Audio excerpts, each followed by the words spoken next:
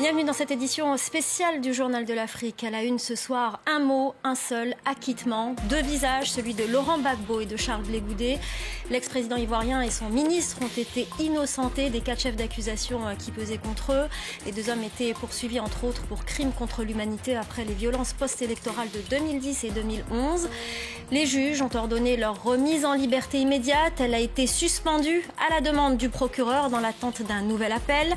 Une nouvelle audience se tiendra ce mercredi matin. On y reviendra avec notre correspondante à l'AE, Stéphanie Mopa. On partira également à Abidjan prendre la température après cette annonce. Nous donnerons la parole aux victimes et nous commenterons cette actualité avec Nicolas Germain et notre invité François Mattei, auteur de Libre pour la vérité et la justice. Près de 8 ans de prison et un acquittement. Laurent Gbagbo et Charles Blé Goudé ont été innocentés par la CPI, la Cour pénale internationale, qui a prononcé un acquittement et une libération immédiate de l'ancien président ivoirien et de son ministre, tous deux accusés de crimes contre l'humanité. Retour sur cette audience avec Natacha Milray. Une décision historique. Ce mardi, la Cour pénale internationale a acquitté l'ancien président ivoirien Laurent Gbagbo des charges de crimes contre l'humanité qui pesaient contre lui. Idem pour Charles Blé Goudé, son ancien ministre de la Jeunesse. Le juge a précisé que l'accusation n'avait pas été en mesure de prouver la culpabilité des deux hommes. La Chambre fait droit aux demandes d'acquittement concernant l'ensemble des charges retenues contre Laurent Gbagbo et Charles Blé Goudé. Et la Chambre ordonne la mise en liberté immédiate des deux accusés en application de l'article 81. Par cette décision, Laurent Gbagbo et Charles Blé Goudé sont innocentés des 4 chefs d'accusation suivants. Meurtre, viol, persécution et autres actes inhumains. Des crimes qu'ils ont toujours nié avoir commis lors de la crise post-électorale de 2010-2011, lorsque Laurent Gbagbo avait refusé de céder le pouvoir à son rival, l'actuel président ivoirien, Alassane Ouattara. En 5 mois, 3000 Ivoiriens des deux camps avaient été tués et plus de 150 femmes violées. Tout ce dont le président Gbagbo était accusé s'est évaporé. Il n'en reste absolument rien. Des juges compétents, des juges indépendants sont allés vérifier si toutes ces accusations étaient vraies ou fausses et ils se sont aperçus qu'il n'y avait pas grand-chose dans ce qu'avait dit le procureur, dans ce qui avait été dit dans ces accusations. À la demande de l'accusation, la séance a été levée. Elle reprendra demain matin. Le procureur devrait vraisemblablement faire appel de cette décision. Une décision qui, pour certains, sème à nouveau le doute sur la capacité de la Cour pénale internationale à condamner des responsables politiques de haut rang.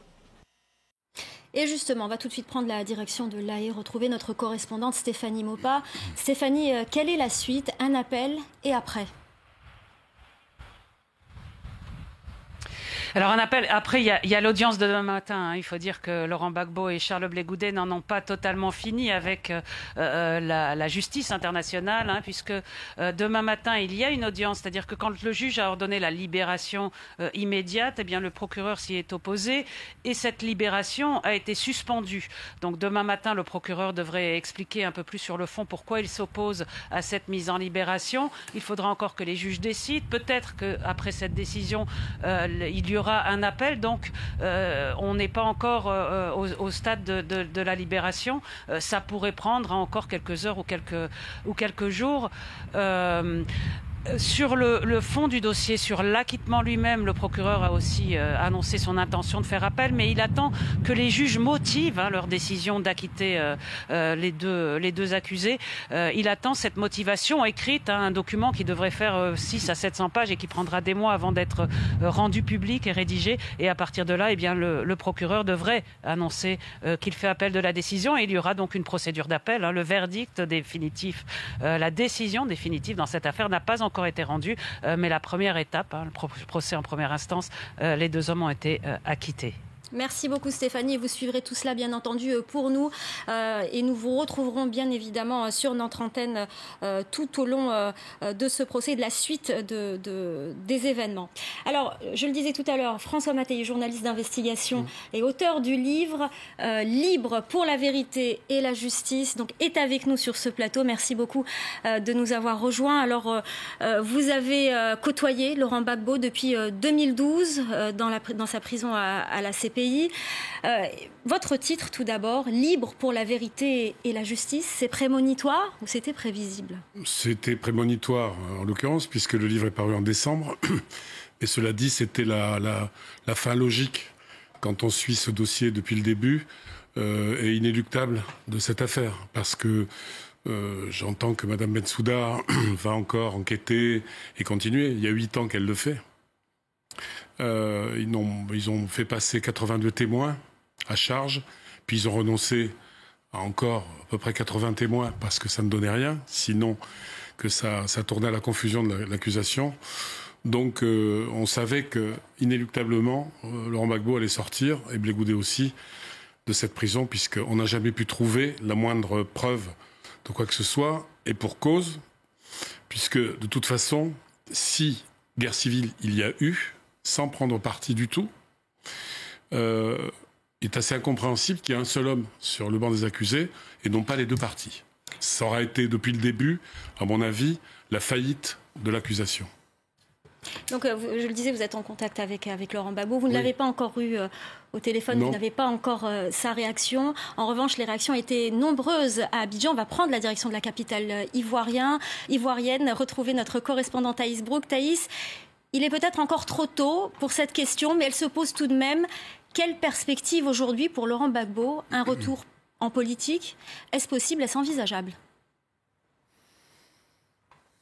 Écoutez, c'est difficile à dire, mais la question d'un éventuel retour de Laurent Gbagbo au sein de l'arène politique ivoirienne est déjà sur toutes les lèvres en Côte d'Ivoire, surtout à moins de 2 ans de la présidentielle. Alors il faut rappeler que le FPI, le parti qu'il a créé, est divisé, s'est déchiré depuis 5 ans en 2 branches. D'un côté, il y a celle qu'il préside toujours, et de l'autre, celle présidée par Pascal Affi N'Guessan.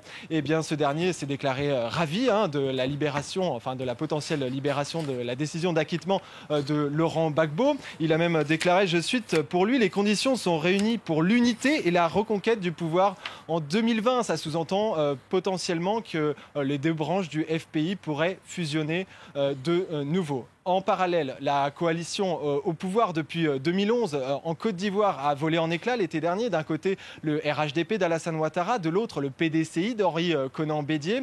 Eh bien, le PDCI a envie de créer une coalition pour s'opposer au RHDP en vue de la présidentielle de 2020. Il aimerait bien que le FPI le rejoigne dans ses ambitions de créer cette coalition. Est-ce que cet acquittement pourrait changer la donne ? La question reste posée. Mais enfin, il y a toujours un obstacle, et pas des moindres, sur la route d'un potentiel retour de Laurent Gbagbo dans l'arène politique ivoirienne.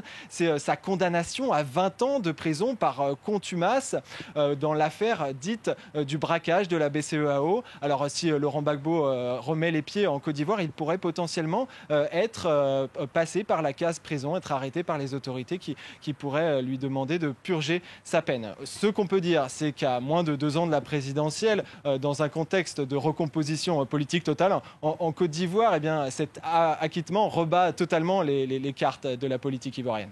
Merci beaucoup Thaïs pour cet éclaircissement. Alors je me tourne vers vous, François Mataillé. Je vous voyais réagir à l'intervention de Thaïs Brook. Alors il répond à cette question, vous lui posez à la fin de ce procès, quel est votre projet ?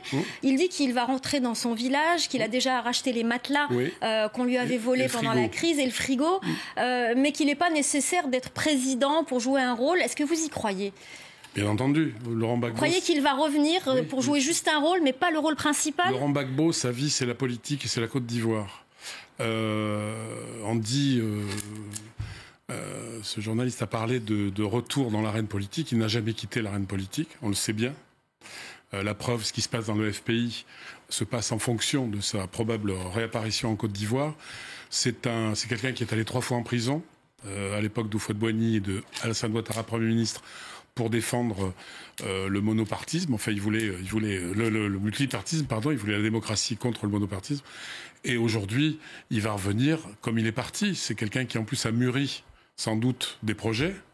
Et c'est quelqu'un dont la carrière politique est intimement liée à sa vie personnelle évidemment qu'il sera en politique. Alors, s'il rentre au pays, tout ça est hypothétique encore, on l'a entendu, Thijs Broek l'a bien expliqué. Est-ce qu'il y a une possibilité d'une alliance avec Henri Konan-Bédier? Il n'est pas tendre avec lui dans ce livre, il l'accuse entre autres de trahison. Il dit qu'il aurait dû contester les résultats des élections, il ne l'a pas fait en temps voulu et qu'il a cédé à la pression de la France. C'est ce qu'il dit dans votre livre. J'ai entendu M. Konan-Bédier parler, en direct d'ailleurs. Ils se sont déjà mis en contact. Vous savez, le pardon est une grande chose en Afrique et il n'y aura aucun problème. Alors, on va repartir tout de suite en Côte d'Ivoire, retrouver cette fois Siaka Diaby, président du collectif des victimes des crises en Côte d'Ivoire. Alors, est-ce que, pour vous, comment vous réagissez tout d'abord à cette annonce ? À cette annonce, sous réserve des actions du bureau du procureur demain, nous pouvons dire que la Cour pénale internationale, à travers cette décision, vient de démontrer son incapacité à lutter contre l'impunité, à offrir la vérité aux victimes et à rétablir ces dernières dans leur dignité. Ainsi, 8 années après, la Cour pénale internationale acquitte Laurent Gbagbo. C'est une tristesse que nous lisons dans le visage des victimes et de leurs familles qui attendaient des réponses de cette institution de justice internationale qui devait leur permettre de faire le deuil de leurs proches assassinés lors de la crise post-électorale. Alors, je me tourne vers vous, Nicolas Germain. Vous étiez sur place au moment de cette crise électorale, de la chute de Laurent Gbagbo.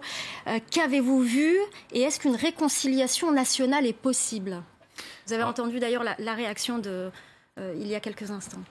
Ce qu'il faut dire, c'est qu'à l'époque, là, quand j'y étais en mars-avril 2011, Abidjan, c'est vraiment une zone de guerre. Je me rappelle d'avoir vu des cadavres dans les rues des deux camps. Je me souviens très bien du 11 avril 2011, le jour de l'arrestation de Laurent Gbagbo. J'étais devant sa résidence en flammes. Je me souviens d'avoir vu des soldats pro-Ouattara qui avaient volé des bouteilles dans la cave de Laurent Gbagbo, qui étaient assez ivres, et qui donnaient des coups de pied aux cadavres des soldats de Laurent Gbagbo devant sa résidence. Donc on voit qu'à l'époque, il y avait vraiment une haine tenace dans les deux camps. Alors ensuite, beaucoup disent en Côte d'Ivoire qu'il y a une justice de vainqueurs et qu'il n'y a pas eu il y a seulement eu des procès pour les pro-Gbagbo et pas de procès pour les pro-Ouattara. Alors la question qui se pose ce soir, je crois, c'est que pour les 3000 victimes et pour leurs familles, c'est d'un côté vous avez le camp de Gbagbo, donc Laurent Gbagbo là, qui est acquitté ce soir, et puis de l'autre vous n'avez pas eu de procès pour les pro-Ouattara. Donc du coup finalement c'est qui paye pour ces crimes? Il y a 3000 morts, mais finalement, aucun des deux camps n'est tenu responsable. Et ça, c'est une question qu'il va falloir quand même régler. Donc les grands perdants, ce sont les victimes et leurs proches. Un dernier mot sur la Cour pénale internationale?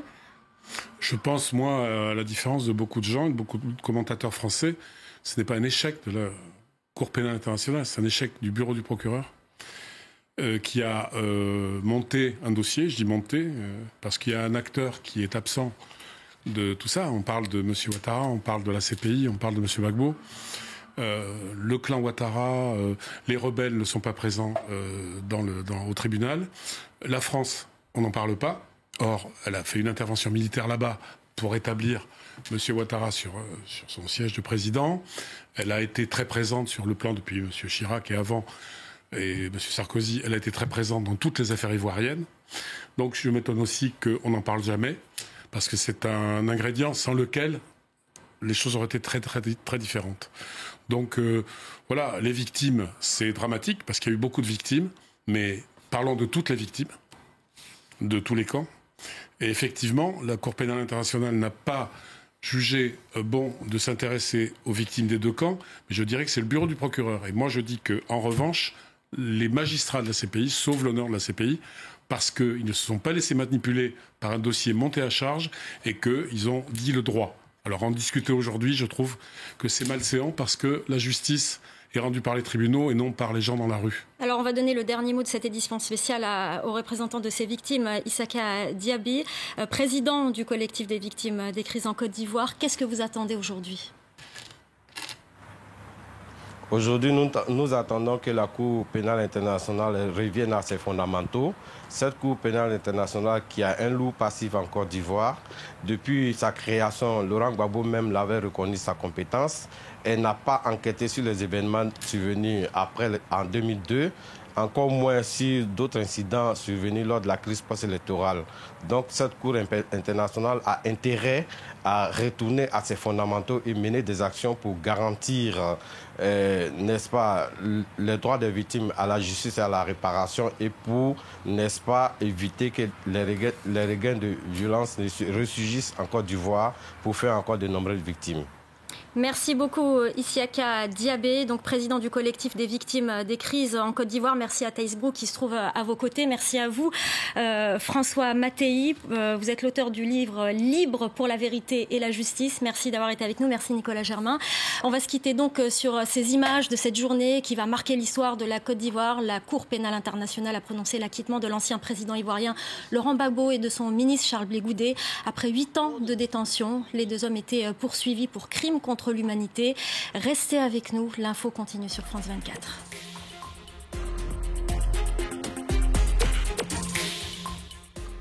Austérité, déflation, flexi-sécurité. Les termes économiques vous effraient? Vous n'y comprenez rien.